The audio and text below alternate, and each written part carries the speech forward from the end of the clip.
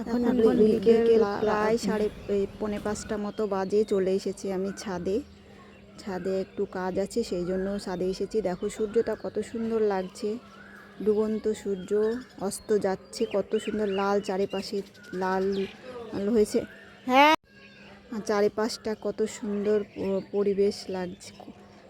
আগামীকালকে ঝড় বৃষ্টি হয়েছিল, আজকে একটু গরম গরম পড়ছে, মনে হচ্ছে ঝড় বৃষ্টি হালকা ঝড় হয়েছিল, তা সন্ধ্যাবেলার দিকে মনে হচ্ছে আজকেও হবে, একটু গরম গরমের ভাব আছে। তো সূর্যটা এত সুন্দর লাগলো, তোমাদের সঙ্গে শেয়ার করলাম।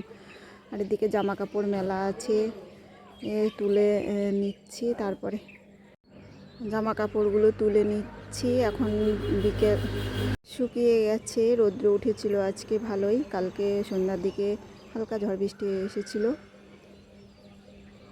Hello everyone, welcome back to my channel.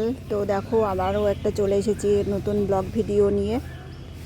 তো কেমন আছো সবাই? আশা করছি ভালো আছো, আমিও ভালো আছি।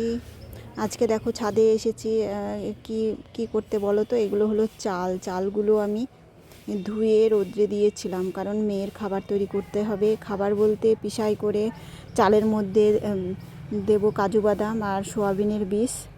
মেয়ের খাবার ফুরিয়ে গেছে, এটা পিষাই করার জন্য আমি সকালের দিকে রোদ্রে দিয়েছিলাম। আজকে খুব ভালো রোদ উঠেছে, ওই জন্য ভাবলাম যে মেয়ের খাবার ফুরিয়ে গেছে, এবার চালগুলো ধুয়ে দিই। তো ধুয়ে দিলাম। ধুয়ে না দিলে কি বলো তো, যখন আমরা রান্না করতে যাই দেখবে যে চালগুলো যতবার ধুবো ততবারই কিন্তু ঘোলা জল বেরোবে। 4-5 বার ধুয়েও ঘোলা জল বেরোয়।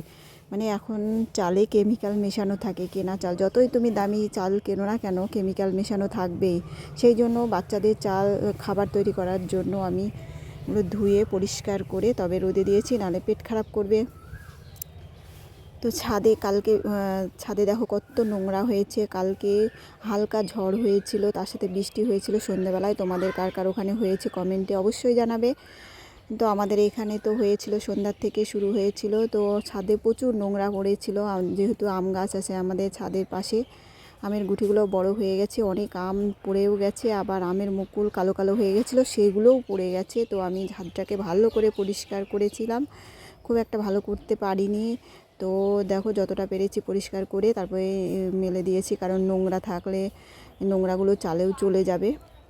তো এদিকে দেখো নতুন পাতা গজিয়েছে পেয়ারা গাছে। এখন বসন্তকাল মানেই গাছে নতুন নতুন পাতা গজাবে, খুব সুন্দর লাগে দেখতে। আর এই পেয়ারাগুলো হবে এখন।